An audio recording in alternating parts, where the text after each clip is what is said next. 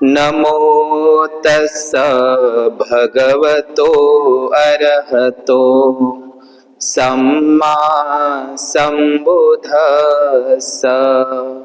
नमो तस्स भगवतो अरहतो सम्मा सम्बुद्धस्स। नमो तस्स भगवतो अरहतो सम्मा सम्बुद्धस्स।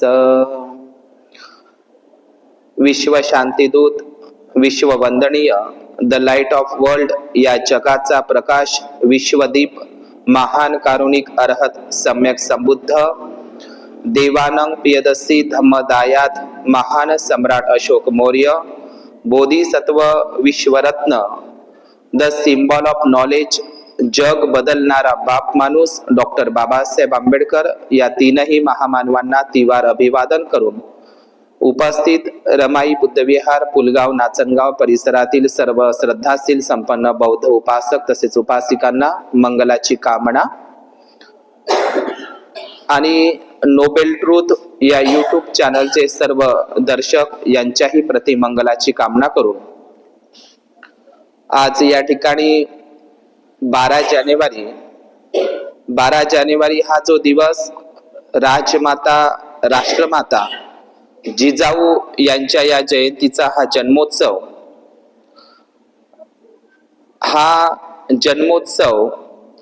सिंदखेड राजा मातृतीर्थ जिजाऊ सृष्टी सिंदखेड राजा या ठिकाणी मोठ्या उत्साहात साजरा होत असतो। 12 जानेवारी ही तारीख राष्ट्रमाता राजमाता जिजाऊ साहेब भोसले यांच्या जयंतीचा हा दिवस। राजमाता जिजाऊ यांचा जो जन्म आहे, मागे जाऊन बसा तुम्ही, राजमाता जिजाऊ यांचा जो जन्म आहे 12 जानेवारी 1598 मध्ये, 12 जानेवारी 1598 मध्ये जिजाऊचा जन्म सिंदखेड राजा या ठिकाणी झालेला आहे। आता हे सिंदखेड राजा हे जे ठिकाण आहे, हे जे गाव आहे, हे तालुक्याचं ठिकाण आहे आणि ते खास करून आपल्यासाठी गौरवाची याकरिता बाब आहे की राजमाता जिजाऊचा जन्म विदर्भात झाला। विदर्भात म्हणजे तो बुलढाणा जिल्ह्यामध्ये। प्राचीन काळामध्ये बुलढाणा हे जे नाव, काही लोक म्हणतात की बुलढाणा हे नाव भिलठाणा याच्यावरून प्राप्त झालेलं आहे। वास्तविक पाहता ही भारत भूमी, ही जम्बूद्वीप भूमी बुद्धभूमी आहे, म्हणून ते बुलढाणा नाही आहे, तो वास्तविक शब्द आहे बुद्धठाणा। म्हणजे बुद्धठाणा ही बुद्धभूमी आहे, हे बुद्धठाणा आहे आणि म्हणून बुद्धठाणा या शब्दाचा अपभ्रंश होत होत आता ते बुलढाणा झालेला आहे। तर या प्राचीन बुद्धठाणा असलेल्या या जिल्ह्यामध्ये राजमाता जिजाऊचा जन्म झालेला आहे। तर ते गाव आहे सिंदखेड राजा। हे सिंदखेड राजा, या सिंदखेड राजाच्या जवळच संत चोखोबा, जे संत चोखामेळा आहे, जे महार अस्पृश्य जे संत आहे, तर या चोखामेळाच्या गावाचं म्हणजे जे गाव आहे हे सुद्धा बुलढाणा जिल्ह्यामध्येच आहे। सिंदखेड राजापाशी मेहुणा राजा हे संत चोखामेळाचं जन्मगाव आहे। बुलढाण्याचं वैशिष्ट्य म्हणजे बुलढाण्यामध्ये महान सम्राट अशोकांचा आणि सातवाहन राजांचा भोनस्तूप सापडलेला आहे। भोनस्तूप संग्रामपूर तालुक्यामध्ये भोनस्तूप आहे। तर सम्राट अशोकाच्या कालखंडापासूनच या बुलढाण्याला किंवा या बुद्धठाण्याला एक विशेष महत्व आहे। बुलढाणा जिल्हा याच्यासाठी प्रसिद्ध आहे की जगप्रसिद्ध असा उल्का निर्मित एक सरोवर आहे, लोणार सरोवर म्हणतात। तर हा जगप्रसिद्ध लोणार सरोवरासाठी सुद्धा हे बुलढाणा हा जिल्हा प्रसिद्ध आहे। आणि बुलढाणा या ठिकाणी सुद्धा काही बौद्ध मूर्त्यांचे अवशेष सापडलेले आहे। लोणार हे सुद्धा प्राचीन काळातील बौद्ध स्थळ आहे। तसेच या बुलढाण्याचा आणखी एक वैभव म्हणजे बुलढाणा जिल्ह्यामध्ये अंबाबारवा या ठिकाणी काही बौद्ध लेण्या सुद्धा आहे। तर म्हणून हे बुलढाण्याचे एक वैभव आहे।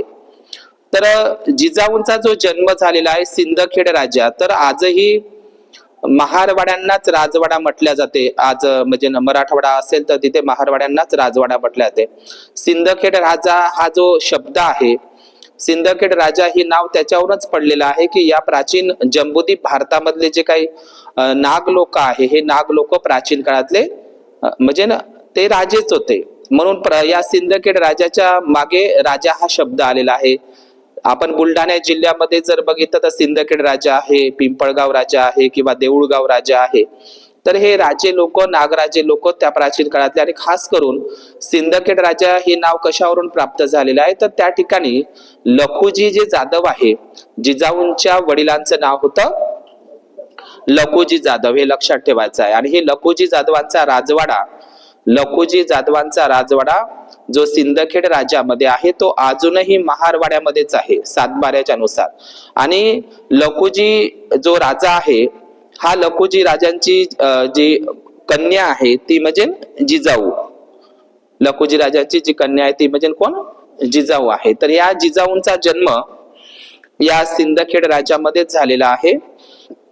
तर हे सिंदखेड राज्यात आज जे आपण जाधव घराणं जे म्हणत असतो जाधव, तर काही इतिहासकार असं संशोधन करतात की बुद्धाच्या काळामध्ये जी सुजाता होती, जिने बुद्धाला खीरदान केलेली होती, तर ती यादव कुळातली होती. यादव कुळातली. आपण सुजातागडला बौद्ध घ्यायला गेलं तर आपल्याला त्या ठिकाणी सुजातागड वगैरे दिसते. तर जाधव हा जो शब्द आहे, तर महाराष्ट्रामध्ये हा शब्द 18 पगड जातींमध्ये दिसते. म्हणजे आपल्या बौद्ध समाजामध्ये आहे, मातंग समाजामध्ये, भंगी पारधी समाजामध्ये सुद्धा आपल्याला जाधव आडनाव दिसते, सरनेम. आता हे जाधव आडनाव कशावरून तयार झालं, तर यादव या शब्दाचाच ते काय आहे, जाधव आहे. म्हणजे जे यादव राजवंश होते ते या यादव राजवंशामधूनच जाधव हा शब्द तयार झालेला आहे. जसं आपण यादव असेल तर मराठीमध्ये आपण उत्तर भारतामध्ये जसं मुलायम सिंग यादव, लालू प्रसाद यादव, आपण हे शब्द ऐकले असेल. तर म्हणजे उत्तर भारतामध्ये यादव म्हणतात आणि आपल्या महाराष्ट्रामध्ये यादवांनाच जाधव म्हणतात. म्हणजे यच्या ठिकाणी ज लागलेला आहे.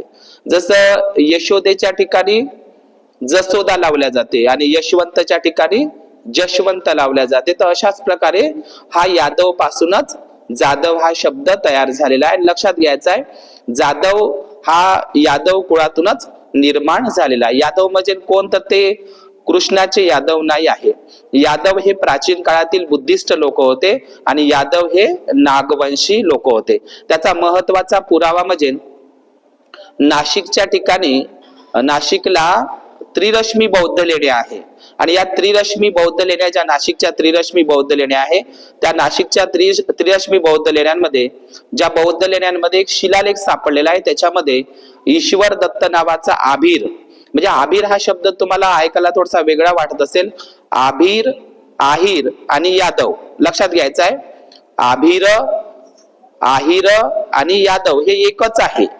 तर आभीर हे नागराजेच होते आणि आभीर जो राजा होता त्याचा शिलालेख नाशिकच्या त्रिरश्मी बौद्ध लेण्यांमध्ये सापडलेला आहे. तिथं काय लिहिलेलं आहे, आभीर राजा ईश्वर दत्त नावाचा आभीर म्हणजेच यादव या राजाने या त्रिरश्मी बुद्ध लेण्यामध्ये राहणाऱ्या भिक्खू संघासाठी औषध दानाची व्यवस्था करून ठेवलेली आहे, असा पाली शिलालेख नाशिकच्या त्रिरश्मी बौद्ध लेण्यांमध्ये सापडतात.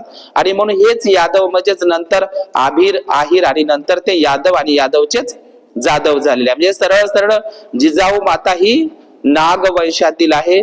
शूद्राती शूद्र आहे हे तर आपल्याला माहितच आहे, पण ती नाग कुळातील आहे आणि तिचा संबंध बौद्ध धम्माशी आहे. तर ही जिजाऊ माता, तर जिजाऊ मातांचा आणखी आभीर म्हणजे प्रयागराजला जिथं सम्राट अशोकांचा जो सम्राट समुद्रदत्त यांनी जो स्तंभलेख उभारलेला आहे प्रयागराज अलाहाबादला, तर त्या ठिकाणी सुद्धा आभीर या शब्दाचा उल्लेख आलेला आहे. आणि म्हणून महाराष्ट्रामध्ये सुद्धा आभीर, मी पुन्हा सांगतो की आभीर, आहीर आणि यादव हे एकच लोक आहे. म्हणून आपल्या महाराष्ट्रामध्ये गडचिरोली जिल्ह्यामध्ये अहेरी आहे, तर हे अहेरी नाव त्याच्यावरूनच पडलेलं आहे. अहिर लोक, अभीर लोक आणि यादव लोक एकच आहे.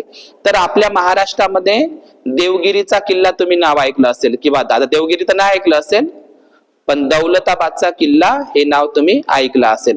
दौलताबाद किल्ला हे नाव आधुनिक आहे, पण त्याचं जुनं नाव आहे देवगिरी किल्ला. आणि हा देवगिरी किल्ला औरंगाबादचा किंवा आता छत्रपती संभाजीनगरचा हा देवगिरीचा किल्ला यादव राजांनी बांधलेला आहे. म्हणजे मूळचे यादव लोकांकडूनच ते मग ते जाधव तयार झालेला आहे. आणि हे देवगिरीचा किल्ला किंवा आधुनिक जो दौलताबादचा किल्ला आहे हा रामदेवराय यादव या राजांनी बांधलेला आहे. आणि या रामदेवराय यादवचाच जो वंशज आहे लक्ष्मण चंद्र देव यादव, देवगिरीचा किल्ला ज्यांनी बांधला तो म्हणजे कोण? रामदेवराव यादव यांचाच वंश लक्ष्मण चंद्र देव यादव यांच्याच कुळातील लखुजी जाधव. आणि या लखुजी जाधवाचीच कन्या म्हणजे जिजाऊ. लक्षात घ्यायचं आहे, मी तुम्हाला हे सांगत आहोत. तर हे जिजाऊचा जन्म म्हणजे ती यादव कुळातली आहे आणि जाधव कुळातली आहे. देवगिरीच्या किल्ल्यामध्ये म्हणजे जो देवगिरीचा किल्ला आहे का नाही विशेषतः करून, तर या देवगिरीच्या किल्ल्यामध्ये ज्याला आता दौलताबादचा किल्ला म्हणतात, डॉक्टर बाबासाहेब आंबेडकरांनी वेटिंग फॉर ए विजा या ग्रंथामध्ये असा उल्लेख केला आहे की दौलताबादच्या म्हणजे देवगिरीच्या किल्ल्याला डॉक्टर बाबासाहेब आंबेडकरांनी भेट दिली होती. त्यांचा अपमानही केला होता तिथल्या मुस्लिम बांधवांनी दौलताबादच्या किल्ल्यावर म्हणजेच देवगिरीच्या किल्ल्यावर. तर हे जे यादव लोक आहे म्हणजे जे जाधव लोक आहे, जिजाऊचा आणि शहाजी राजेंचा जो लग्न सोहळा हा देवगिरीच्या किल्ल्यावरच झालेला आहे. आणि देवगिरी किल्ला म्हणजेच आता काही विचारवंताचं असं म्हणणं आहे की देवगिरीचा किल्ला म्हणजेच दौलताबादचा किल्ला हा बुद्ध लेणीवर बांधला गेलेला आहे. आणि देवगिरीच्या किल्ल्यावर म्हणजेच दौलताबादच्या किल्ल्यावर तिथं आजही बौद्ध अवशेष सापडलेले आहे. प्राचीन काळामध्ये देवगिरी किल्ल्यावर बौद्ध भिक्खूंचा निवास होता, त्याचे अवशेष देवगिरी किल्ल्यावर म्हणजेच दौलताबाद किल्ल्यावर सापडलेले आहे. आता देवगिरी कशाला म्हणतात? आपण प्राचीन भारतामध्ये नाव पाहिले असेल, राजगिरी, चैत्यगिरी हे नाव ऐकलं असेल, ललितगिरी, पुष्पगिरी, उदयगिरी. तर हे गिरी म्हणजे काय तर पर्वत होत असते. तर देवगिरी हा शब्द आपल्याला असं वाटते की देव म्हणजे कोण? देव कोणाला म्हटलेला आहे? देव हा शब्द पाली आहे. देव म्हणजे कोण? जिथे भिक्खू आणि भिक्खुनींचा निवास आहे, जिथं भिक्खू आणि भिक्खुनी लोक राहतात त्यालाच देवभूमी म्हणतात किंवा त्यालाच देवगिरी म्हणतात. म्हणजे हा देवगिरी जो किल्ला आहे किंवा दौलताबादचा किल्ला आहे, या देवगिरी किल्ला म्हणजे प्राचीन काळामध्ये ती बुद्ध लेणीवरच बांधला आहे असं काही विचारवंताचं म्हणणं आहे आजचा दौलताबाद किल्ला.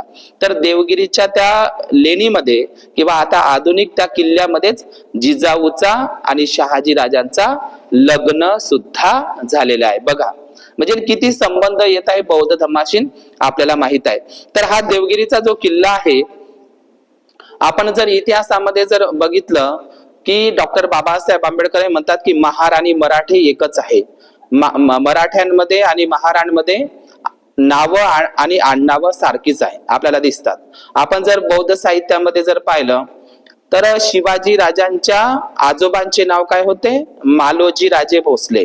शिवाजींच्या आजोबाचं नाव काय? मालोजी राजे भोसले.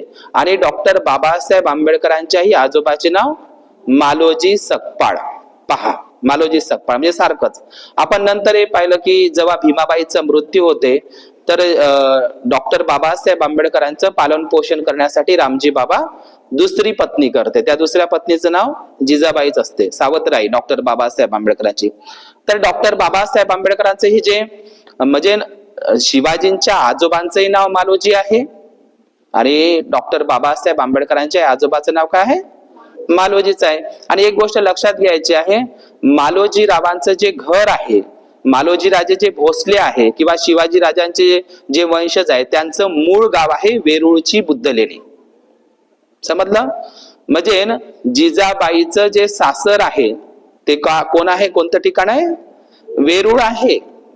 माता जिजाऊचं सासूरवाडी आहे वेरूळ. आणि वेरूळच्या बुद्ध लेणीच्या त्या रस्त्यावर तुम्ही कधी गेले तर मालोजी रावांची गडी म्हणून ते प्रसिद्ध आहे. एकदम वेरूळच्या बुद्ध लेणीच्या एकदम रोडवर एकदम समोरच, वेरूळ बुद्ध लेणीच्या एकदम समोरच जिजाऊंचं ते घर आहे, मालोजी राजांची गडी. म्हणजे त्या ठिकाणी मालोजी राजांचं घरही आहे आणि शहाजी राजांचा जन्म सुद्धा तिथेच झालेला आहे, वेरूळ बुद्ध लेणी पाशी. लक्षात घ्यायचं आहे. आणि म्हणून वेरूळ बुद्ध लेणी वेरूळ बुद्धलेणी जर हे सासर असेल जिजाऊंचं आणि शहाजींचा त्या ठिकाणी जन्म झाला असेल, मालोजींचा त्या ठिकाणी जन्म झाला असेल, मालोजी राजे शहाजी राजांचं बालपण त्या ठिकाणी गेलं असेल, जिजाऊंचं ते सासर असेल, तर शिवाजी त्या वेरूळच्या बुद्धलेणीमध्ये गेले नसेल का? एकदम समोर.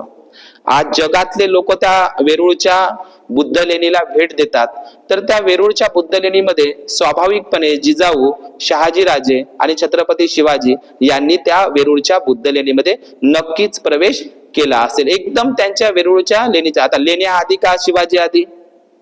लेण्याच आधी आहे ना, सातवाहन काळातल्या. म्हणजे बुद्ध लेण्याशी संबंध होता. आणि दुसरी गोष्ट आपल्याला माहित आहे की डॉक्टर बाबासाहेब आंबेडकरांचं जे पूर्वीचं नाव आहे सकपाळ. आता हे सकपाळ घराणं काय आहे? तर सकपाळ घराणं हे प्राचीन काळामध्ये आपण बौद्ध साहित्यामध्ये जर पाहिलं, त्रिपिटकामध्ये जातक कथा आहे संकपाल जातक कथा, संकपाल.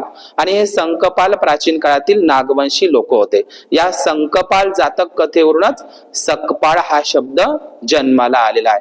काही लोक म्हणतात बाबासाहेबांचं आंबावडेकर हे जे नाव आहे, आंबेडकर आडनाव आहे, हे साताऱ्याच्या एका ब्राह्मण शिक्षकांनी ठेवलं. तो इतिहास समोर आलेला आहे. आंबेडकर नावाच्या कोणत्याही शिक्षकांनी ते ठेवलं नाही, स्वतःच रामजी आंबेडकरांनी ते नाव ठेवलेलं आहे. जसं रमाबाईचं वनंतकर म्हणतात, वनंत गावचे असल्यामुळे वनंतकर, मुरबाडचे असल्यामुळे मुरबाडकर, केळूचे असल्यामुळे केळूसकर, आहे का ना, दाभोळचे असल्यामुळे दाभोळकर. मी ते सांगणार नाही.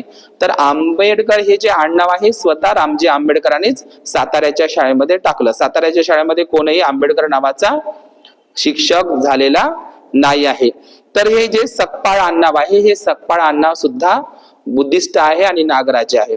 आपण दुसरं नाव घेऊया की आपण जर पाहिलं तर रमाईच्या वडिलाचं नाव आहे, म्हणजे महार मराठे हे प्राचीन काळातले, म्हणजे डॉक्टर बाबासाहेब आंबेडकरांनी ग्रंथ लिहिला शूद्रपूर्वी कोण होते. तर शूद्रपूर्वी कोण होते? क्षत्रिय नागवंशी राजे होते, शासनकर्ती जमात होते. आपण नागराजे होतो. तर आपण रमाबाईच्या वडिलाचं नाव जर पाहिलं तर भिकूजी आहे. आता भिकूजी म्हणजे काय? तर भिक्खू शब्दाचे उल्लेखित आहे. भीमाबाईच्या वडिलाचं नाव जर पाहिलं तर धर्माजी आहे. धर्माजी नाव हे कोणाचं आहे? सम्राट अशोकाच्या आईचे नाव आहे. आपल्याला एक शब्द पडत असते की शहाजी हे जे नाव आहे, शहाजी. तर हे शहाजी नाव आपल्याला असं वाटते शहाजी नाव हे जे आहे हे तर मुसलमानाचं नाव आहे. शहाजीराजे भोसले जे जिजाऊचे पती आहे का नाही, शहाजीराजे भोसले शिवाजीचे वडील. तर हे शहाजी आडनाव हे मुस्लिम नाव नाही आहे किंवा ते मुघलांनी निजामांनी दिलेलं नाव नाही आहे. शहाजी या शब्दाला सुद्धा एक इतिहास आहे. म्हणजे तो इतिहास कसा? तर मथुरा संग्रहालय आहे, मथुरा. या मथुरा संग्रहालयामध्ये एक शिलालेख सापडलेला आहे. त्याच्यामध्ये कुशाण शक राजा टेकिन शहा, कुशाण शक राजा टेकिन शहा याचा ऊद भांडपूर असा एक शिलालेख अभिलेख सापडलेला आहे पाली प्राकृत मध्ये. त्याच्यामध्ये लिहिलेला आहे टेकिन शहा, टेकिन शहा कुशाण शक राजा. म्हणजे ना टेकिन शहा हा एक बौद्ध राजा होता आणि तो शक कुशाण राजा होता, कनिष्क काळातला, लक्षात घ्यायचा आहे. आणि ज्या प्रयागराज मध्ये सुद्धा वासुदेवांच्या शिलालेखामध्ये सुद्धा शहानुशाही किंवा प्रयाग प्रशास्तीच्या शिलालेख मध्ये सुद्धा शहानुशाही हा शब्द सापडलेला आहे. स्वतः कुशाण सम्राट जो आहे, सम्राट कनिष्क बौद्ध राजा, त्याचा जो पणनातू आहे वासुदेव बौद्ध सम्राट, यांच्याही शिलालेखामध्ये, म्हणजे तो मथुरेला शिलालेख आहे, त्याच्यामध्ये देवपुत्रशाही शहानुशाही शक गरुड असा उल्लेख आलेला आहे. म्हणजे शहा हा जो शब्द आहे हा कुशाण काळामध्ये शक कुशाण बौद्ध राजे आपल्या नावाच्या समोर किंवा मागे शहा हे विशेषण लावायचं आहे. म्हणजे जे शहाजी जे आडनाव आपल्याला असं वाटते की शहाजी हे आडनाव आहे बा, हे मुस्लिम नाव आहे. शहाजी हे मुस्लिम नाव नसून ते कुशाण कालीन नाव आहे. कुशाण बौद्ध राजांवरून ते घेतलेलं नाव आहे. आणखी एक शब्द आपल्याला येतो की महाराजा हा जो शब्द आहे, आपण छत्रपती शिवाजी महाराज म्हणतो, संभाजी महाराज म्हणतो. महाराजा हा शब्द सुद्धा पाली आहे. महाराजा यशस्वीनो, बुद्धालाच महाराजा म्हटलेला आहे, बोधिराजा म्हटलेला आहे. आपण मुंबईला जर गेलं तर तिथे कान्हेरी बौद्ध गुफा आहे, त्या बौद्ध लेणीला महाराजा महाविहार म्हटलेलं आहे. आणि स्वतः तथागत भगवान बुद्धाने सुद्धा सेल सुत्तामध्ये स्वतःला धम्मराजा म्हणून घेतलेला आहे. आपण जर पाहिलं तर म्हणजे महाराजा, महाराज, महाराज किंवा राजाधिराज किंवा महाराजाधिराज हे जे शब्द आहे मूळचे पाली शब्द आहे बुद्धाकाच्या काळापासून. आपण पुन्हा एक शब्द घेऊया, क्षत्रप. आता शिवाजी महाराज असेल किंवा संभाजी महाराज असेल यांना छत्रपती हा विशेषण लागते. मग या छत्रपती शब्दाची उत्पत्ती कुठून झाली तेही आपण बघूया. छत्रपती शब्दाची उत्पत्ती सातवाहन काळामध्ये झाली. आपल्याला असं वाटतं की महाराष्ट्रातल्या ज्या काही बौद्ध लेणे आहे त्या फक्त सातवाहन आणि वाकाटक राजांनी खोदलेले आहे, पण सातवाहनांच्याच काळामध्ये महाक्षत्रप घराणं होतं. महाक्षत्रप राजांनी सुद्धा बौद्ध लेण्या कोरलेल्या आहेत. मग हे महाक्षत्रप जे राजे होते, जसं आपण पाहिलं की गुजरातमध्ये महाक्षत्रप रुद्रदामन, महाक्षत्रप जीवदामन, महाक्षत्रप नहपान किंवा महाक्षत्रप रूपियम्मन. तर हे महाक्षत्रप जे बुद्धिस्ट राजे होते ज्यांनी सातवाहनांच्या काळामध्ये बौद्ध लेण्यांचं खोदकाम केलेलं आहे. तर हे महाक्षत्रपवरूनच महाक्षत्रप, क्षत्रप, क्षत्रपती हा शब्द तयार झालेला आहे. म्हणजे क्षत्रपती या शब्दाला सुद्धा बौद्ध धर्माचा इतिहास आहे. तर हे महाक्षत्रप, क्षत्रपवरूनच क्षत्रपती हे नाव पडलेलं आहे. आपण शिवनेरी असेल किंवा पवनीला या ठिकाणी सुद्धा महाक्षत्रप राजांचे अवशेष पालीमध्ये सापडलेले आहे. बसा पालती म्हणून. आणि हा क्षत्रपती म्हणजे काय, तर क्षत्रपती म्हणजे काय, तर क्षेत्रपती म्हणू शकतो. ज्यांचं जे क्षेत्र आहे, अधिराज्य आहे, त्यांना क्षत्रपती म्हणून ओळखल्या जातं. आणि सातवाहनांच्याच काळामध्ये आपण जर बघितलं की जिजाऊच्या आधी जर आपण बघितलं, जगातील विश्वातील पहिली महाराणी जर कोणती असेल आणि महाराष्ट्रातली जर ती पहिली महिला शासिका जर कोण असेल तर ती सातवाहन घराण्याची नागराणी म्हणजे नागनिका. नागनिका हिने राज्यकारभार केलेला आहे महाराष्ट्रामध्येच नाही तर अख्ख्या भारताची महिला नागशासिका म्हणजे नागनिका होती. आपल्याला शिकवलं जातं रजिया सुलताना दिल्लीची नाही, रजिया सुलताना नाही, भारताचीच नाही, विश्वाचीच नाही, तर महाराष्ट्राची नागराणी नागनिका होती आणि ती सातवाहन काळातली होती आणि तिचं क्षेत्र होतं नाणेघाट, जुन्नर, शिवनेरी. तर आपण शिव शब्दाची उत्पत्ती घेऊया की जिजाऊ मातांच्या जन्मोत्सवाच्या निमित्तानं म्हणून आपण या शब्दांची उकल करून घेऊया की शिव म्हणजे काय. तर आपल्याला असं अनेक वेळा वाटते की शिव हा शब्द शिवशंकराशी जोडतात काही लोक, काही महादेवाशी जोडतात. शिव हा शब्द ऍक्च्युअली पाली शब्द आहे, हे लक्षात घ्यायचं आहे. पण आपण संस्कारित भाषेमध्ये शिव म्हणतो पण पालीमध्ये शिव होते. जसं आपण बुद्धं शरणं गच्छामी मध्ये शरणम नाही म्हणत, काय म्हणतो, श च्या ठिकाणी स वापरतो. तर स च्या ठिकाणी श वापरतात, तसं शिवच्या ठिकाणी पालीमध्ये शिव होतात, शिव. आणि म्हणून भगवान बुद्धांच्या काळामध्ये शरीराची जे शरीराच्या संदर्भात जे त्या काळामध्ये बौद्ध भिक्खू लोक माहित आहे का, एखादं जे मृत शरीर आहे त्या मृत शरीरावर अनित्य बोधाचा अभ्यास करत होते. म्हणून त्याला शिवतिकाय पब्ब म्हणजे शिवतिकाय पब्ब हा मुळातला त्रिपिटकातला शब्द आहे. शिवतिकाय पब्ब याच्यावर शिवतिकाय पद्धतीवरूनच मग शिव पार्वती पर्वत असं झालेलं आहे. पहा म्हणजे बघा, हा शिव शब्दाची मूळ उत्पत्ती कुठून आहे, त्रिपिटकातून, बौद्ध साहित्यातून. शिव हा शब्द पाली आहे. म्हणून शिव कोण आहे, तर आपण सारनाथला गेलं तर सारनाथला नीलकंठ बोधिसत्व शिव अवलोकितेश्वर आहे. महायानी वज्रयानी संकल्पनिक देवताचं नाव आहे शिव बोधिसत्व अवलोकितेश्वर. पहा हा शिव शब्द नंतरच्या काळामध्ये मग वाराणसी या ठिकाणी ज्या काही मूर्त्या सापडलेल्या आहेत त्या बोधिसत्वाच्या मूर्त्यांना नीलकंठ शिव बोधिसत्व अवलोकितेश्वराची मूर्ती तुम्ही सारनाथला गेले तर तुम्हाला माहित पडेल. त्यांच्या हातामध्ये ते प्याला वगैरे आहे, विषाचा प्याला वगैरे, ते मूर्ती शंकराची नाही आहे, ती बोधिसत्व शिव अवलोकितेश्वराची आहे. तुम्हाला सारनाथला पाहायला मिळेल. दुसरी गोष्ट जर आपण पाहिलं बौद्ध साहित्यामध्ये ज्यांनी 7 वर्षामध्ये चिवर घेतलं होतं, कोलीय वंशाचा होता, तो सुप्रवासा देवीचा मुलगा होता, बुद्धाचा भिक्खू, दुतांगधारी भिक्खू, त्याचं नाव होतं शिवली. शिवली नाव ऐकलं तुम्ही, पण तुम्ही त्याला काय म्हणता, शिवली म्हणता. तो शिवली नाही आहे, तो आहे शिवली. म्हणून त्यांना अग्गलाभी शिवली, कोलीय वंशाचा होता तो. तर हा शिवली हा शब्द आता आपण शिवली म्हणतो तुम्ही, पण तो पाली शब्द आहे शिवली बुद्धाचा शिष्य आहे आणि शिवलीवरूनच मग ते नंतर शिवलिंग हा शब्द तयार झाला आहे. समजलं तुम्हाला?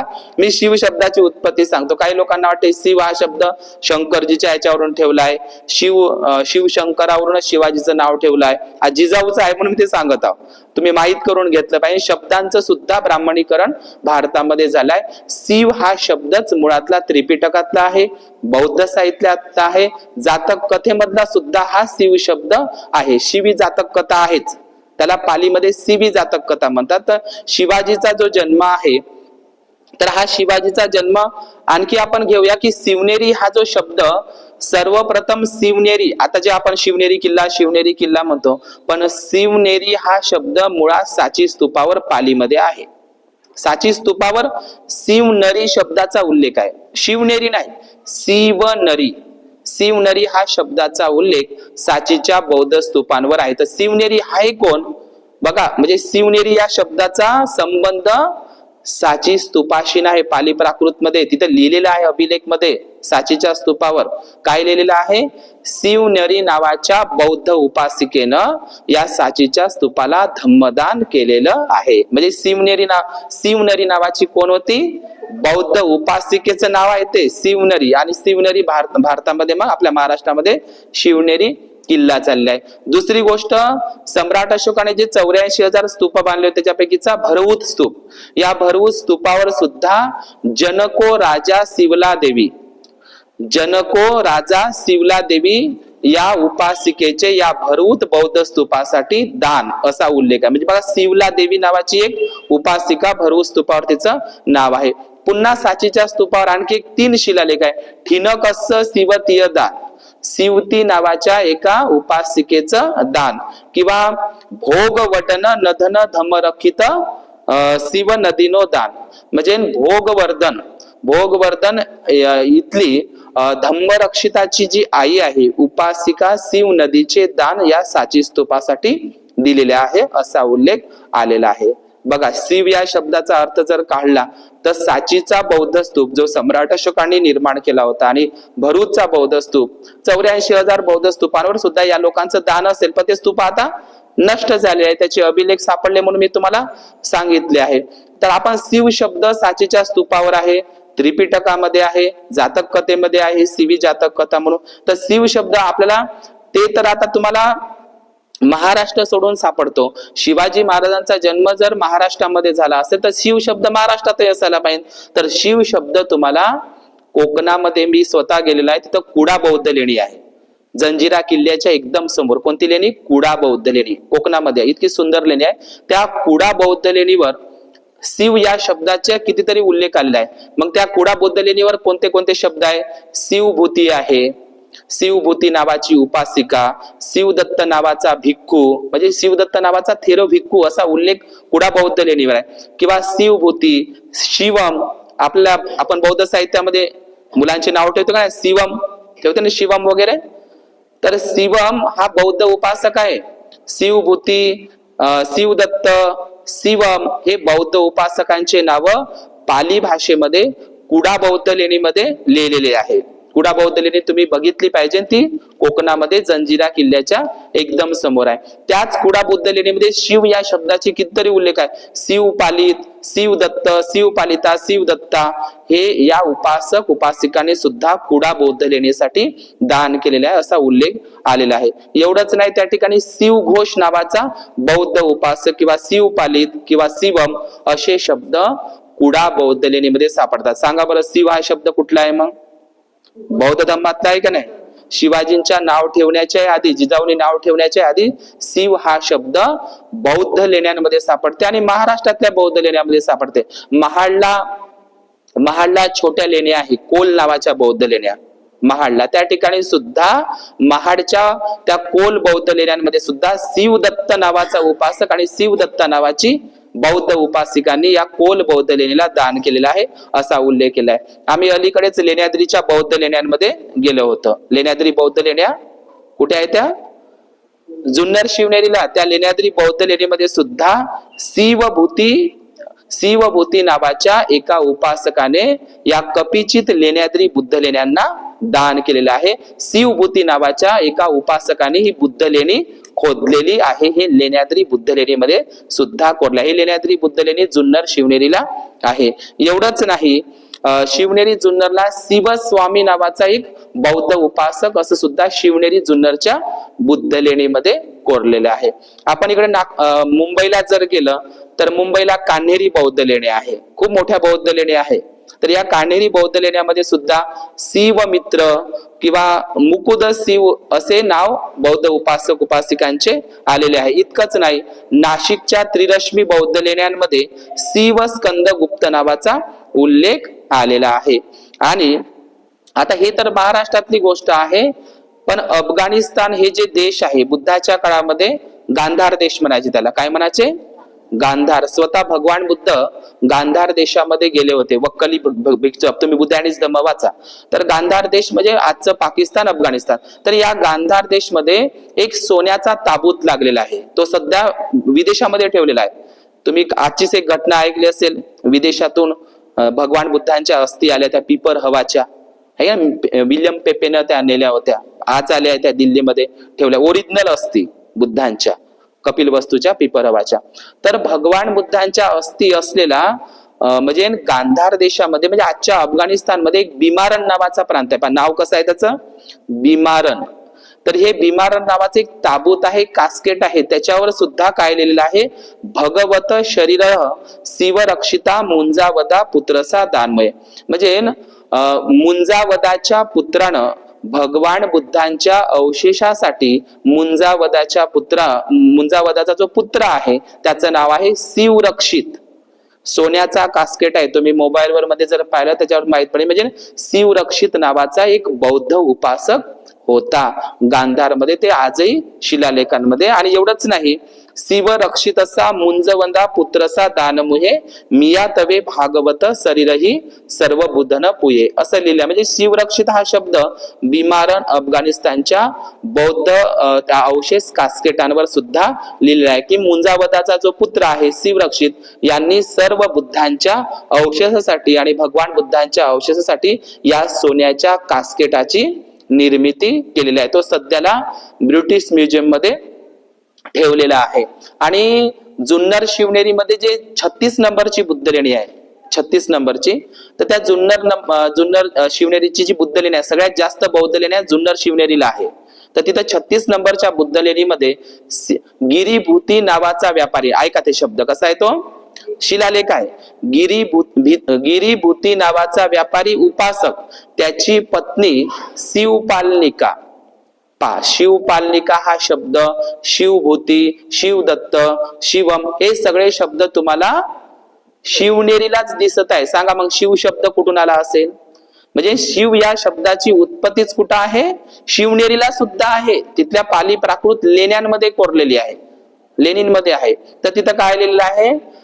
गिरीभूती नावाचा व्यापारी उपासक, त्याची पत्नी शिवपालनिका भिक्कुनी. आपल्या महाराष्ट्रामधली सातवाहन काळामधली शिवपालनिका ही भिक्कुनी झालेली आहे. म्हणजे जुन्नर शिवनेरी या ठिकाणी भिक्कुनी संघाचा गड होता. शिवपालनिका भिक्कुनी संघ जुन्नर शिवनेरीला राहत होता. म्हणजे शिवपालनिका हे नाव कोणाचं आहे? बौद्ध भिक्कुनीचं नाव आहे. शिवपालनिका नावाच्या बौद्ध भिक्कुनी त्या शिवनेरीला राहत होते. 36 नंबरवर शिवपालनिका हा शब्द लिहिलेला आहे, लक्षात घ्या. मग हा शिव शब्द किंवा नंतर जाऊन ते शिवाजी नाव ठेवलं किंवा शिवा नाव ठेवलं, तर हे जिजाऊन कुठून ठेवलं असेल? ते लेण्यांमधलंच ठेवलं असेल ना, लेणींमधलंच ठेवलं असेल ना, कारण शिव शब्द शिवनेरी किल्ल्यामध्येच आहे. तर त्या ठिकाणी जे शिवाई लेणी तिथं कोरलेली आहे, म्हणजे त्या ठिकाणी शिवनेरी किल्ल्यावर जे शिवाई लेणी आहे, त्या शिवाई लेणीमध्ये माहित आहे का, म्हणजे जिजाबाईनं जे नाव ठेवलं, म्हणतात की त्या जुन्नर शिवनेरीवर शिवाई देवीचं मंदिर आहे. काय आहे? शिवाई देवीचं मंदिर आहे. त्या शिवाई देवीच्या नावावरूनच जिजाबाईनं त्यांचं नाव शिवाजी असं ठेवलं. ही साफ खोटी गोष्ट आहे. शिवाई मंदिर जे आता शिवनेरी किल्ल्यावर जे उभारलेलं आहे ते ब्राह्मण पेशव्यांनी उभारलेलं आहे. ते शिवाई देवी, ज्याप्रमाणे कार्ल्याची एकविरा देवी आहे ना, त्यांची पूजा कोण करते? कोली आदिवासी लोक. कोली लोक हे बुद्धाचेच वंशज आहे, बुद्धाच्या आईचे, आहे की नाही? तर एकविरा देवी जशी कोळी लोकांचं कुलदेवी आहे, तशीच त्या जुन्नर शिवनेरीची जी शिवाई जे देवी बसवली आहे, ती सुद्धा कोळी आदिवासी बांधवांचीच कुलदेवी आहे ते. आणि कोली हे कोण आहे? बुद्धाच्या आईचे, महामाया देवीचे वंशज आहे. महाराष्ट्रातले जेवढे काही कोळी लोक आहे, कोलीय लोक आहे, हे संपूर्ण प्राचीन काळातले बुद्धिस्ट लोक आहे. आपण देहू रोडला जर गेलं तर देहू रोडच्या बाजूला 4 किलोमीटर अंतरावर घोराडवाडी बौद्ध लेणी आहे. घोराडवाडी, या घोराडवाडी बौद्ध लेणीमध्ये सुद्धा शिवगुप्तनिका नावाची बौद्ध उपासिका यांनी या घोराडवाडी बुद्ध लेणीला दान केलंय, असं पाली प्राकृत मध्ये लिहिलंय. पहा, मी तुम्हाला शिव या शब्दाची उत्पत्ती सांगत असताना महाराष्ट्रामध्ये साताऱ्यामध्ये गेलं, तिथं आगाशिव बुद्ध लेणी आहे. म्हणजे बुद्ध लेणीचं नाव कराडला आहे, त्या सातारा जिल्ह्यामध्ये कराडच्या आगाशिव बुद्ध लेण्या. इकडं उस्मानाबादला गेलं तिथं धाराशिव बौद्ध लेण्या आपल्याला दिसतात. तर हे आगाशिव, धाराशिव ह्या सुद्धा बौद्ध लेण्या आपल्याला दिसतात. आणि आपण इकडे छत्तीसगडला जर गेलं तर छत्तीसगडला एक खूप मोठं प्राचीन बौद्ध विद्यापीठ लागलेलं आहे, सिरपूर. तर या सिरपूर प्राचीन बौद्ध विद्यापीठाची निर्मिती करणारा सोमवंशी नागराजा महाशिवगुप्त बालार्जुन यांनी केल्या. म्हणजे पहा, इथं सुद्धा महाशिवगुप्त बालार्जुन नावाचा सोमवंशी नागराजा यांनी छत्तीसगडच्या सिरपूर प्राचीन बौद्ध विद्यापीठाची विहाराची निर्मिती केली आहे. इतकंच नाही तर या महाराष्ट्रामध्ये भारशिव नावाचा एक नागवंश सुद्धा झालेला आहे. आता मी एवढे शिव शब्दाची उत्पत्ती सांगत असताना सातवाहनाशी काही संबंध आहे का? तर सातवाहन राजे सुद्धा शिव हा शब्द त्यांच्या नावाशी आपल्याला आढळतो. म्हणजे सातवाहन राजांचं शिवस्वाती किंवा शिवसिरी सातवाहन राजा, शिवसिरी सातवाहन राजा किंवा शिवस्वाती शिवस्कंद नावाचा सातवाहन राजा हे आपल्याला माहित पडतं. आणि विदिशा हे कुठं आहे? आता साचीपाशी आहे. तिथे सुद्धा नागराजांचं शासन होतं, नागशासन. त्या ठिकाणी सुद्धा शिवदत्त नावाचा विदिशाचं एक नाव आहे, शिवनंदी आणि शिवदत्त. हा शिव शब्द इतका चोरीमारी झाला, म्हणजे तो त्रिपिटकामधून आला, शिवली भंतेजी पासून आला, सुत्तांमधून आला. आणि हा शिवली शब्द इतकं ब्राह्मणीकरण झालं की शिव हा शब्द महायानांमध्ये सुद्धा बोधिसत्व अवलेखित. आणि शिव शब्दाची एवढी हे झाली की नंतरच्या काळामध्ये शिव हा शब्द शंकर भगवानाशी जोडल्या गेला. पहा, पण ऍक्च्युली शिव हा शब्द कुठून उत्पन्न झालेला आहे? बौद्ध साहित्यामधून. आता बौद्ध साहित्यांमध्ये आपल्या भारतामध्ये एक पंथ आहे, ब्रह्माकुमारी पंथ. या ब्रह्माकुमारी पंथाने तर शिवबाबाच बनवलेला आहे. दुसरी गोष्ट, शिव हा शब्द शंभू शंकरशीने जोडला जाते. तर ऍक्च्युली शंकर हा शब्द सुद्धा शरणंकर बुद्धापासून तयार झालेला आहे. आणि शंभू, शिव आणि शंभू हे दोनही पाली शब्द आहे.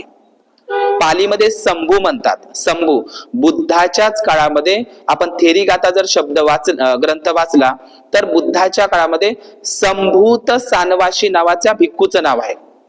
बघा, तुम्हाला ऐकायला कसं वाटत आहे? संभूत सानवासी. आनंद या भिक्खूने त्याला चिवर दिलं होतं आणि तो हरिद्वारला राहत होता. ते अरहद्वार आहे, हरिद्वार त्याचं ठिकाण होतं. आणि जी दुसरी धम्मसंगीती भरवली होती वैशालीला काला अशोक नावाच्या राजाने, त्या काला अशोक नावाच्या दुसऱ्या धम्मसंगीतीमध्ये संभूत सानवासी नावाचा हा भिक्खू होता. म्हणजे एका भिक्खूचं नाव, बुद्धाच्या एका शिष्याचं नाव आहे संभूत सानवासी. तुम्हाला मी सांगितलंय शच्या ठिकाणी पालीमध्ये काय वापरले जाते? स.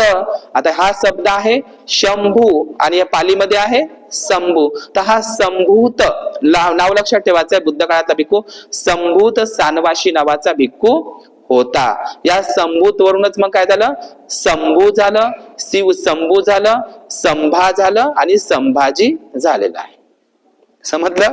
म्हणजे तुम्ही लक्षात ठेवायचं आहे की शिव आणि शंभू हे दोनही शब्द पाली प्राकृत आहे. जातक कथेमध्ये तर चित्त संभूत नावाची जातक कथा आहे. तिथं आहे जातक कथेमध्ये चित्त संभूत. या चित्त संभूत जातक कथेवरूनच शंभूक वध ही कथा जातक कथेमध्ये रामायणामध्ये चोरलेला आहे. त्याचा इतिहास वेगळा आहे. तर लक्षात ठेवायचं, मी शिव हा शब्द शिवाई देवीवरून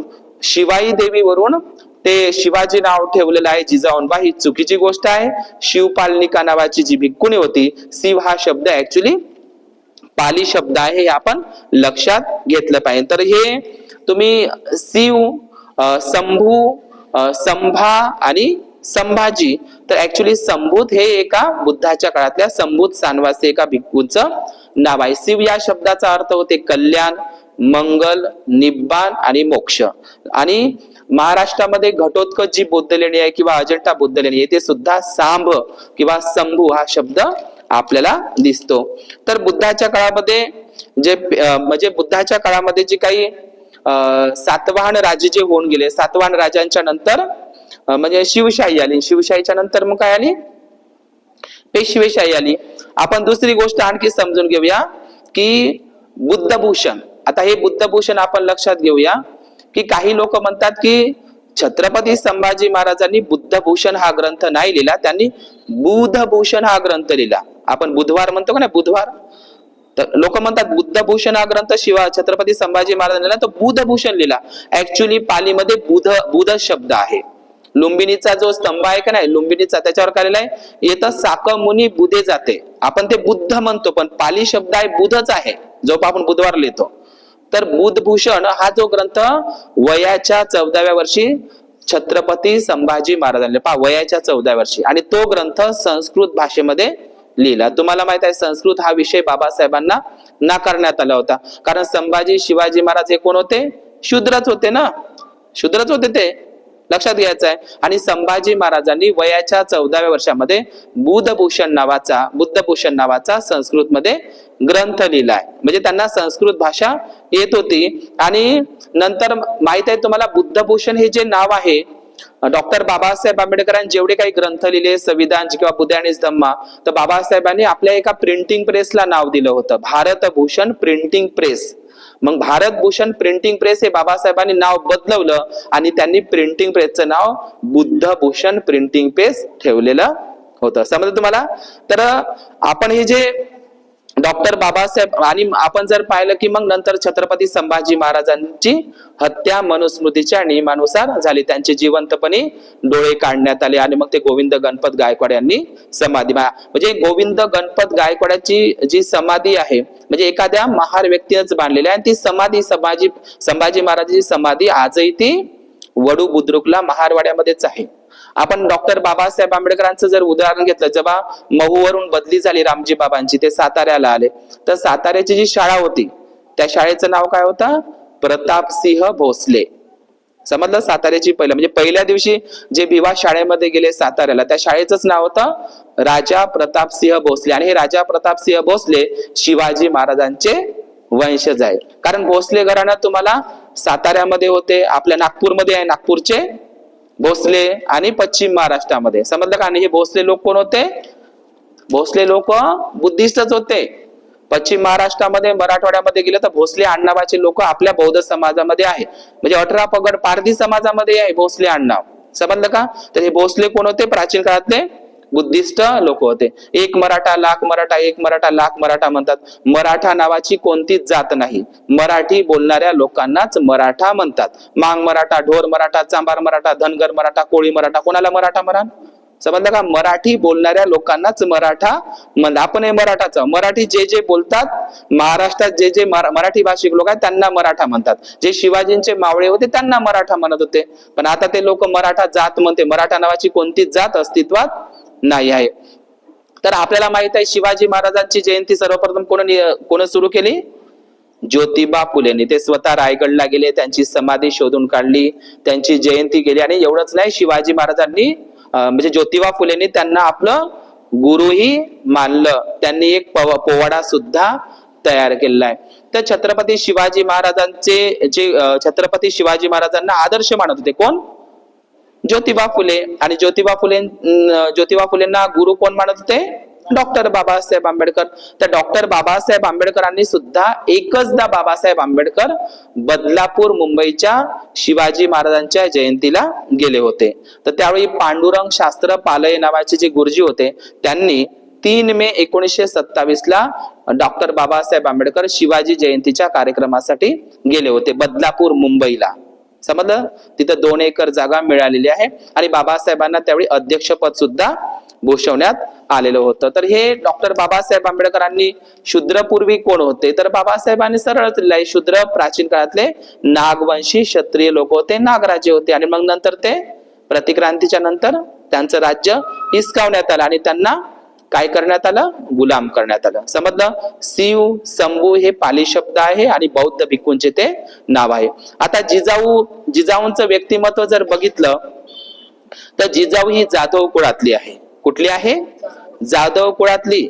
मी स्वतः त्या सिंदखेड राजाला गेलो, तिथं मराठ्यांमध्ये तिथं जाधवांचे म्हणजे सिंदखेड राजाला कमीत कमी 150 घरं, म्हणजे जिजाऊचं जे गाव आहे का नाही सिंदखेड राजा, तिथं 150 घरं जाधव आडनावाचे आहे. आणि त्या सिंदखेड राजाच्या आजूबाजूला जेवढे काही खेडे आहे त्याही खेड्यामध्ये जाधव आडनावाचे लोक आहेत. संपूर्ण जाधव लोक बौद्ध आहे. सांगा आता, म्हणजे स्वतः जिजाऊच्या गावची गोष्ट सांगत आम्ही. सिंदखेड राजा सध्याच्या घडीला वर्तमानामध्ये जिजाऊच्या गावाला जेवढे काही जाधव आडनावाचे लोक आहेत ते जाधव कोण आहे? बौद्ध आहे. बौद्ध आहे. सांगा तिथं एकाही जाधव आडनावाचे लोक तुम्हाला म्हणजे जिजाऊ कोण असेल? सांगा ना, बौद्धच असेल का नाही? म्हणून तर शिवाजींना जिजाऊ म्हणजे शिवाजी हे महाराणीचंच पोर होतं. आणि हे जे शूद्र म्हणजे महार मराठा हे प्राचीन काळातले नागवंशी शासन करते लोक आहे. म्हणजे जाधव कोण आहे? जाधव हे यादव कुळामधूनच आलेला आहे. यादव मधूनच ते जाधव हा शब्द झालेला आहे.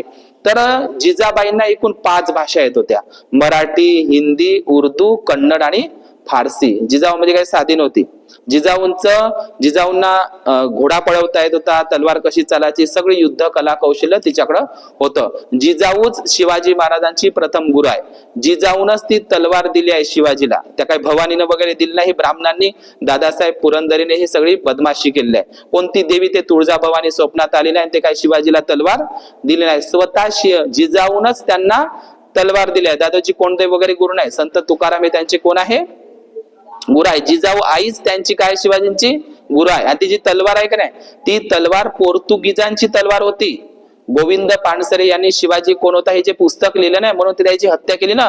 दाभोळकरांसारखी गोविंद पानसरे त्यांनी हे पुस्तक लिहिलं म्हणून हत्या केली शिवाजी कोण होता म्हणून. लक्षात घ्या. तर त्यांनी त्या पुस्तकामध्ये नमूद केलाय ती तलवार पोर्तुगीजांची होती. पोर्तुगीज भारतात आली का ना कोकणामध्ये, त्याच्याकडून ती तलवार त्या निजामशाहीतून ते जिजाऊकडे आली. ते जिजाऊन तीच तलवार शिवाजीला दिली. उत्कृष्ट तलवार होती, चांगली होती. ते काही भवानीनं दिली नाही आणि ती काही भवानीनं स्वप्नामध्ये आली. हे सगळी ब्राह्मणाने काय पसरवलेली आहे? अफवा आहे. राहिली गोष्ट जय भवानी. जय भवानी कोणाला म्हणतात? जय भवानी शिवाजींच्या अनेक म्हणजे डॉक्टर बाबासाहेब आंबेडकरांच्या 1 ते 2 पत्रकामध्ये स्वतः बाबासाहेब जय भवानी लिहित होते. समजलं का? जय जोहार, जय भवानी शिवाजी आणि बाबासाहेब सुद्धा त्यांच्या पत्रामध्ये आपल्याला लेखनामध्ये जातात. जय भवानी म्हणजे कोण? बुद्धाच्याच आईचं नाव आहे. प्रातिथ्य समुत्पादातला शब्द आहे भव. भव शब्द. भव म्हणजे काय? दुःख. भवसागरातून, दुःख चक्रातून, भवचक्रातून सोडवणारी महामाया भवानी. बुद्धाच्याच आईचं नाव आहे भवानी. नेपाळमध्ये तलेजू भवानी म्हणतात. भवानी ही शाक्त, वज्रयानी बौद्ध संकल्पनिक देवता आहे. ती ओरिजिनल नाही पण ती वज्रयानी शाक्त, जशी बोधिसत्व तारा आहे, बोधिसत्व मंजुश्री आहे, तशासारखी बोधिसत्व ही काय म्हणत आम्ही तुम्हाला भवानी आहे. भव हा शब्दच प्रातिथ्य समुत्पादातला आहे. आणि म्हणून डॉक्टर बाबासाहेब आंबेडकरांनी एका पत्रामध्ये जय भवानी लिहिलेलं आहे. आपल्याला वाटते जय भवानी म्हणजे काय ते तुळजाभवानी वगैरे असं नाही. समजलं का? ते हर हर महादेव जे आपण पाहतो हे सगळी बदमाशी आहे दादासाहेब पुरंदरेची. समजलं? त्याने इतिहास लिहिला ते जाणता राजा वगैरे. तर अशा पद्धतीनं हर हर महादेव हा शब्द तुम्हाला मी आधीच सांगितलाय, तो महादेव नावाचा महेंद्र भिक्खूला ज्यांनी जीवर दिलं, अशोकाच्या काळातला महादेव अरहत भिक्खूचं ते नाव होतं. समजलं का? हर हर महादेव नसून ते अरहत महादेव होतं. तर या महाराष्ट्रामध्ये अनेक राजे लोकांनी सत्ता केली आहे. म्हणजे मौर्य लोक असेल, सातवाहन असेल, माक्षत्रप असेल, क्षहरत असेल, शिलाहार, आबिर, त्रैकुटक, चालुक्य, राष्ट्रकूट, शिलाहार आणि कंबोज या राज्यांनी महाराष्ट्रामध्ये सत्ता उपभोगलेली आहे. आजही आपण नागवंशी लोकांमध्ये महाराष्ट्रामध्ये शेलार आडनाव आहे. तर शेलार आडनाव कशावरून आहे? शिलाहार हे बौद्ध राजे होते, त्याच्यावरून शेलार आडनाव पडलेलं आहे. लक्षात घ्या. आणि दुसरी गोष्ट, आणखी क्षहरत नावाचे बौद्ध राजे होते, त्याच्यावरून खरात हे आडनाव पडलेलं आहे. क्षला पालीमध्ये ख म्हणतात, तर मी ते सांगणार नाही. तर या भारतामध्ये राज्याभिषेक नावाची जी परंपरा आहे, आता राज्याभिषेक आपण ऐकलं असेल, छत्रपती शिवाजी महाराजांचा राज्याभिषेक, संभाजी महाराजांचा राज्याभिषेक. राज्याभिषेक ही परंपरा बुद्धिस्ट परंपरा आहे. आपण पाहिलं असेल बिंबिसार राजा, आपण त्या दिवशी पौष पौर्णिमेला पाहिलं, बिंबिसार राजाचा राज्याभिषेक वयाच्या 15व्या वर्षी झाला होता. म्हणजे राज्याभिषेक परंपरा बुद्धिस्ट परंपरा आहे. तुम्ही वैशालीला जर कधी धम्मस्थळीला गेला, तिथं अभिषेक पुष्करणी आहे. राजे लोक त्या ठिकाणी अभिषेकासाठी त्या वैशालीच्या त्या आजही येतो वैशालीला, तुम्ही अभिषेक पुष्करणी त्याचं नावच आहे वैशालीला, तुम्हाला गेल्याबरोबरच दिसते त्या वैशाली या ठिकाणी. तर राज्याभिषेक ही परंपरा बुद्धिस्ट परंपरा आहे. आणि तुम्हाला माहित आहे शिवाजी महाराजांचे राज्याभिषेक 2 वेळा झाले. पहिला राज्याभिषेक करण्यासाठी महाराष्ट्रातला एकही ब्राह्मण तयार झाला नाही. शेवटी जिजाबाईंना धन खर्च करावं लागलं. वाराणसीच्या गांगाभट नावाच्या ब्राह्मणाला बोलावलं, तोही आला आणि त्यानं डाव्या पायाच्या अंगठ्यानं डोळे लावायला लावले शिवाजी महाराजांना. समजलं राज्याभिषेक. आणि डाव्या पायाच्या अंगठ्यानं शिवाजी महाराजांचा राज्याभिषेक केला. एवढं धन खर्च केलं की जिजाऊला संताप झाला होता आणि तो सगळा स्वराज्याचा खजिना खाली झाला. जिजाऊचा काही दिवसानं अंत सुद्धा झाला होता. तर एवढे म्हणजे महाराष्ट्रातला एकही ब्राह्मण शिवाजी महाराजांची काय करायला आला नाही, राज्याभिषेक करायला आला नाही. लक्षात घ्या, एकही राज्याभिषेक करायला नाही. आता ब्राह्मण लोक शिवाजीला घेऊन मिरवत आहे, आता मिरवत आहे का नाही. पण शिवाजी कोण होते मग? शूद्राती शूद्र. एक पुस्तक आहे द कास्ट प्राईड नावाचं, मी ते वाचलंय. द कास्ट प्राईड या पुस्तक हे मनोज मेहताचं पुस्तक आहे. तर या मनोज मेहतामध्ये त्यावेळी या पुस्तकावर हे झालं होतं. म्हणजे ब्राह्मण माहित आहे का काय म्हणत होते? आता कोणतं युग चालू आहे? कोणतं युग चालू आहे? कलियुग म्हणतात त्याला. ब्राह्मण लोक या युगाला कलियुग म्हणतात. तर त्याच्यानुसार ब्राह्मणी मतानुसार माहित आहे का, कलयुगामध्ये कोणीही क्षत्रिय नाही राहत. क्षत्रिय ते 21 वेळा खतम केले म्हणतात परशुरामाला. म्हणजे या कलयुगामध्ये, म्हणजे ब्राह्मणांच्या ग्रंथानुसार या कलयुगामध्ये क्षत्रिय नसतात. आणि काही लोक क्षत्रिय कोणाला म्हणतात? शिवाजी महाराजांना क्षत्रियच नसतात. तर ते म्हणजे क्षत्रिय लोकच फक्त राजे बनू शकतात. शिवाजी महाराज क्षत्रिय नाही आहे, कारण कलियुगामध्ये क्षत्रिय राहतच नाही. आणि क्षत्रिय राजा बनण्याचा अधिकार कोणाला आहे? फक्त क्षत्रियांनाच आहे मनुस्मृतीच्या नियमानुसार. म्हणून त्यांनी दावा टाकला होता ब्राह्मणाने की कलयुगामध्ये क्षत्रिय राहतच नाही, क्षत्रिय खतम झाले. म्हणून क्षत्रिय हा क्षत्रिय नाही, हा शूद्र आहे. कोण? शिवाजी महाराज. म्हणून त्यांचा राज्याभिषेक केला. संत रामदास त्याचे गुरु नाही, संत तुकोबाराय आहे, लक्षात घ्या. आणि संत तुकोबाराय यांच्यावर बौद्ध धर्माचा प्रभाव होता हे आपण पाहिलेलं आहे. तर आपण एक गोष्ट लक्षात घ्या, मी जाता तेच सांगतो. शिवाजी महाराजांचा जन्म बुद्धलेणीमध्ये झालेला आहे. 36 नंबरच्या शिवनेरी किल्ल्यावर नाही. शिवनेरी किल्ला हा उघडा असतो. तुम्ही आजही शिवनेरी किल्ल्याच्या वरती गेले तर किल्ला म्हणजे काय असते? किल्ल्याच्या बाजूला फक्त भिंती असतात. आणि जे आज जे पाळणा वगैरे दाखवले शिवनेरी किल्ल्यावर, तो पाळणा वगैरे हे आधुनिक बांधकाम आहे. तिथं पाळणा बांधला, इथे जन्म झाला त्या शिवनेरी किल्ल्यावर. आता तुम्ही पाहायला गेले का शिवनेरी किल्ल्यावर, तर ते आधुनिक बांधकाम आहे. शिवाजीचा जन्म शिवनेरी किल्ल्यावर नक्कीच झाला, पण बुद्ध लेणीमध्ये झाला. सर्वात जास्त बुद्ध लेण्या शिवनेरी किल्ल्यावरच आहे. शिव हा शब्द बौद्ध साहित्यामधून, त्या बुद्ध लेणीमधूनच हा शिव शब्द घेतलेला आहे. आणि लक्षात घ्या, पुणे शहर, जुन्नर जे शहर आहे, जुन्नर म्हणजे काय? जुनं नगर, त्याला शिवनेरी म्हणतात. आणि जुन्नर हे प्राचीन काळातलं व्यापारी केंद्र होतं.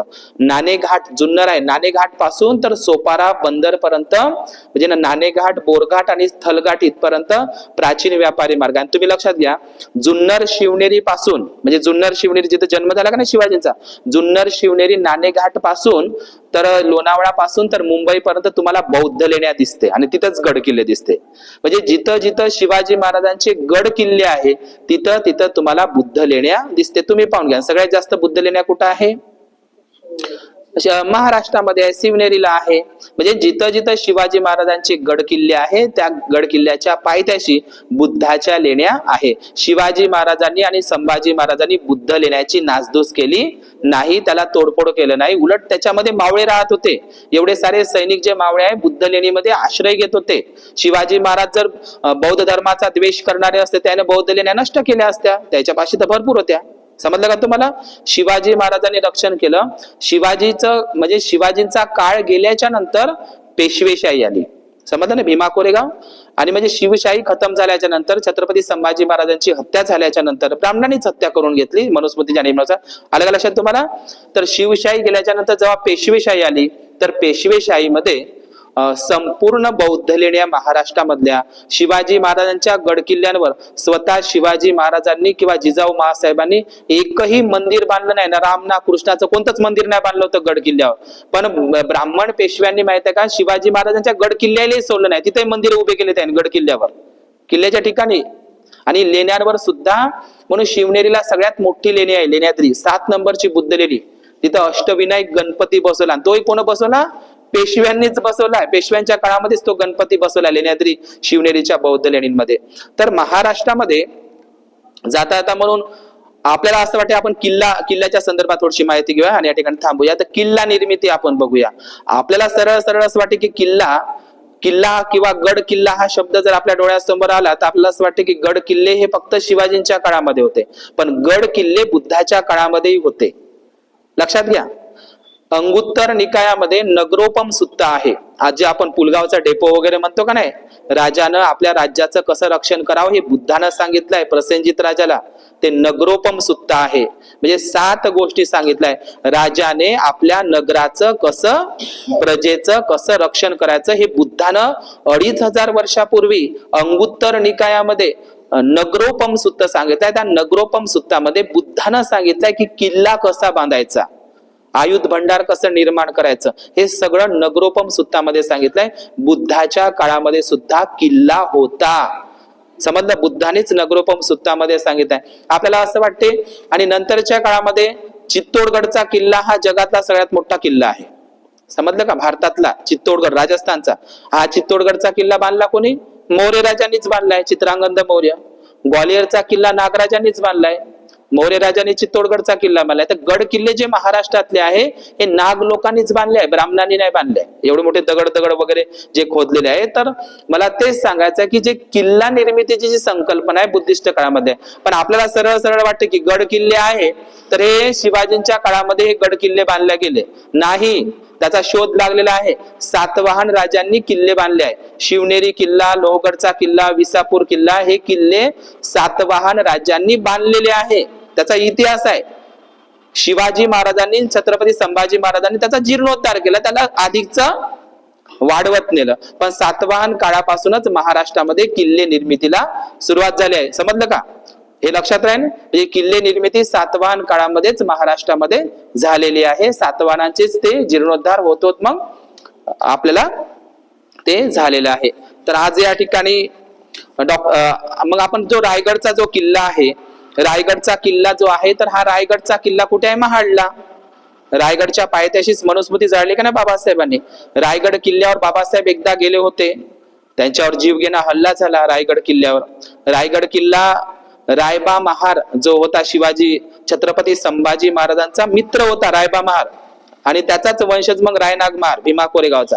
या रायनाग महारावरूनच ते रायबा महारावरूनच ते रायगड हे नाव पडलेलं आहे. रायबा महार कोण होता? नागवंशी होता. आपण कोंढाणे बौद्ध लेणी पाहिली, ते कोंढाणे किल्ला आहे आणि कोंढाणे बौद्ध लेणी आहे. कोंढाणे काय आहे? कौंडिन्य भिक्खूंच्या नावावरून पडलेलं आहे. आणि म्हणून छत्रपती शिवाजी महाराजांचं जे राज्यकारभाराप्रमाणे शाहू महाराज असेल किंवा बडोद्याचे सयाजीराव गायकवाड असेल, यांच्यावर कोणाचा प्रभाव होता? शिवाजी महाराजांचा, जिजाऊ महासाहेबांच्याच राज्यकारभाराचा प्रभाव होता. म्हणून शाहू महाराज आणि सयाजीराव गायकवाड तसे वंशजच आहे. ते शिवाजी महाराजांचे पाहतो म्हटलं तसे वंशजच आहे. आजही तुम्हाला ऐकायला थोडीशी वेगळी गोष्ट वाटत असेल. शाहू महाराजांचे जे वंशज आहे राजाराम महाराज कोल्हापूरचे, हे शाहू महाराजांचे वंशज होते. राजाराम महाराजांनी डॉक्टर बाबासाहेब आंबेडकरांना पन्हाळा हे कोल्हापूरमध्ये आहे, तिथं 2 एकर जागा आहे बाबासाहेबांची.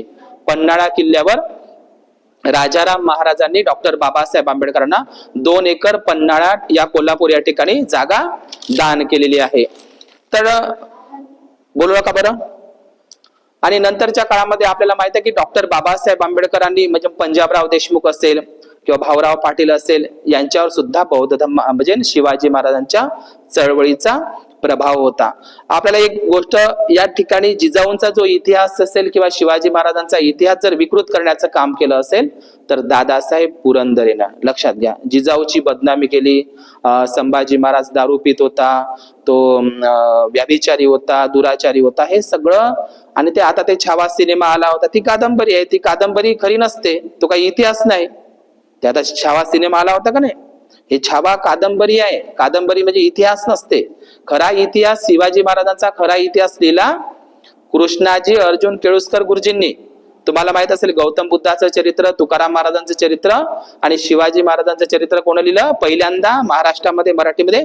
केळुस्कर गुरुजींनी. आणि तीनही ग्रंथ बाबासाहेबांनी वाचलेले होते. लक्षात घ्या, केवळ गौतम बुद्धाचं चरित्रच नाही, केळुस्कर गुरुजींचं पुस्तक आपल्या समोर येऊच दिलं नाही ब्राह्मणांनी. आपल्या समोर कोणतं आलं? ते फक्त दादासाहेब, ते बाबासाहेब पुरंदरेचं पुस्तक आलं.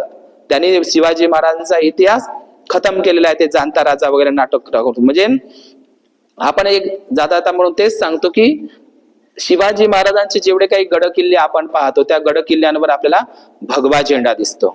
भगवा. आता हा भगवा झेंडा कशाचं प्रतीक आहे? इतिपिसो भगवा म्हणतो. म्हणजे भगवान बुद्धांच्या चिवरांचा वस्त्र आहे, केसरी किंवा त्याला भगवा म्हणतात.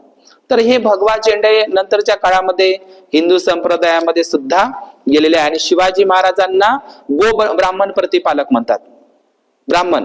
पण ज्योतिबा फुलेंनी त्यांना नाव दिलंय कुळवाडी भूषण, शेतकऱ्यांचा राजा. शिवाजी महाराजांना एकदा कल्याणच्या सुभेदारानं एक नजराणा पाठवला होता स्त्री. शिवाजी महाराजांनी शत्रूंच्या स्त्रीला सुद्धा साडी चोळी करून पाठवलं होतं. म्हणजे शेतकऱ्यांच्या भाजीच्या देठालाही हात लावता कामा नये.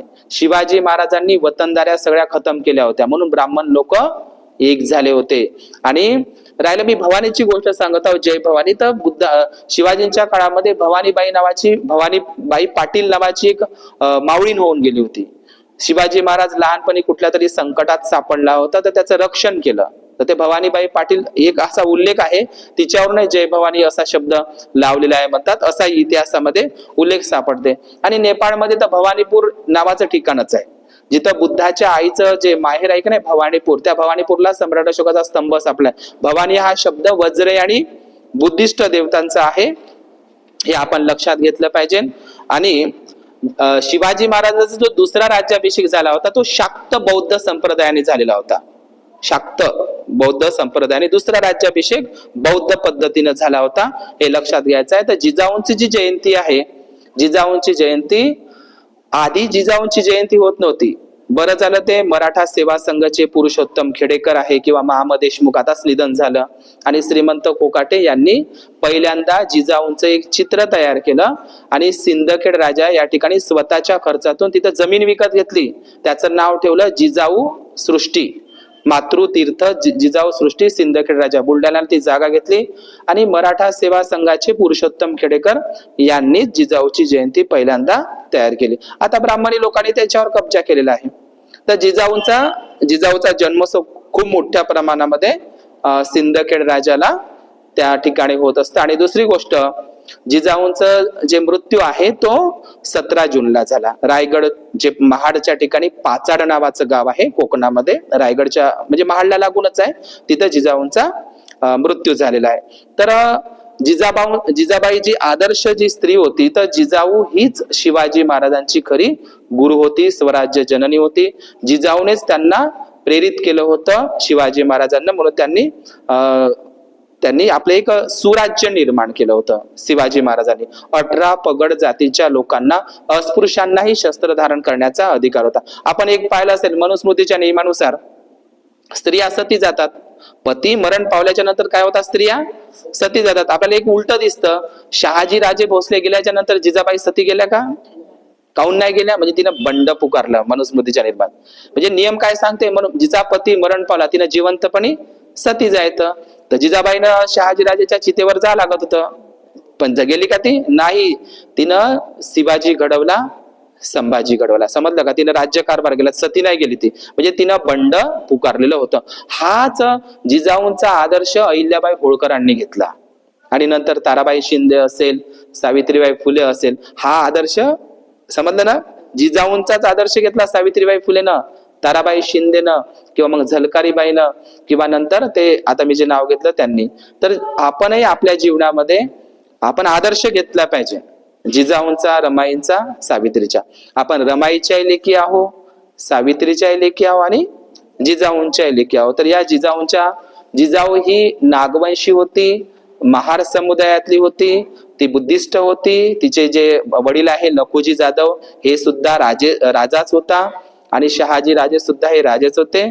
आणि म्हणून शिवाजी महाराज म्हणजे प्रत्येक आईचे जे संस्कार असतात, आईचे संस्कार शिवाजी महाराजांवर पडलेले होते. आणि शिवाजी महाराजांचे जे संस्कार आहेत, दादी जे आहेत ना, म्हणजे जिजाऊजी दादी आहे, तर संभाजी महाराजांवर सुद्धा ते संस्कार पडले होते.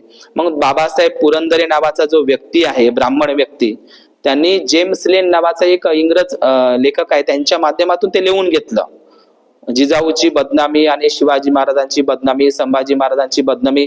सावरकरांनी तर शिवाजी महाराजांवर एवढी बदनामी केली आहे तुम्हाला, पण आज लोक ते शिवाजी महाराजांचा उदो करतात, सोयीचा शिवाजी महाराज सांगतात, है की नाही. तर म्हणून शिवाजी महाराज, बाबासाहेबांनी सुद्धा त्यांचा आदर्श घेतलाय, ज्योतिबा फुलेंनी त्यांना गुरु म्हटलं आहे. आणि शिवाजी महाराजांचे गुरु संत तुकोबाराय होते. आणि संत तुकोबारायचे गुरु कोण होते? तथागत बुद्ध. समजलं का? ही वंशावळ इथंच चालत आलेली आहे. आणि या शिवाजींचा आदर्श लोककल्याणकारी जो राज्यकारभार आहे, याचा आदर्श बडोद्याचे छत्रपती सयाजीराव गायकवाड आणि शाहू महाराजांनी सुद्धा घेतलेला आहे. म्हणूनच त्यांनी डॉक्टर बाबासाहेब आंबेडकरांना मदतही केली आहे. खऱ्या अर्थाने शाहू महाराज जयंतीची सुरुवात डॉक्टर आंबेडकरांनी सांगितली आहे. समजलं? शाहू महाराजांची जयंती तुम्ही सणासारखी साजरी करा, हे बाबासाहेबांनीच पहिल्यांदा सांगितलेलं आहे. आणि हे शाहू महाराज जरी ते दत्तक पुत्र जरी असले, तरी मात्र ते भोसले कुळाशी संबंधित आहे, आपण लक्षात घेतलं पाहिजे. तर या ठिकाणी जिजाऊ जन्मोत्सवाच्या सर्वांना मी मंगल कामना करतो. या जिजाऊ जन्मोत्सव या ठिकाणी मी थांबतो. भवतु सब्ब मंगल, भवतु सब्ब मंगल. झाले का नाही जी मायवाले?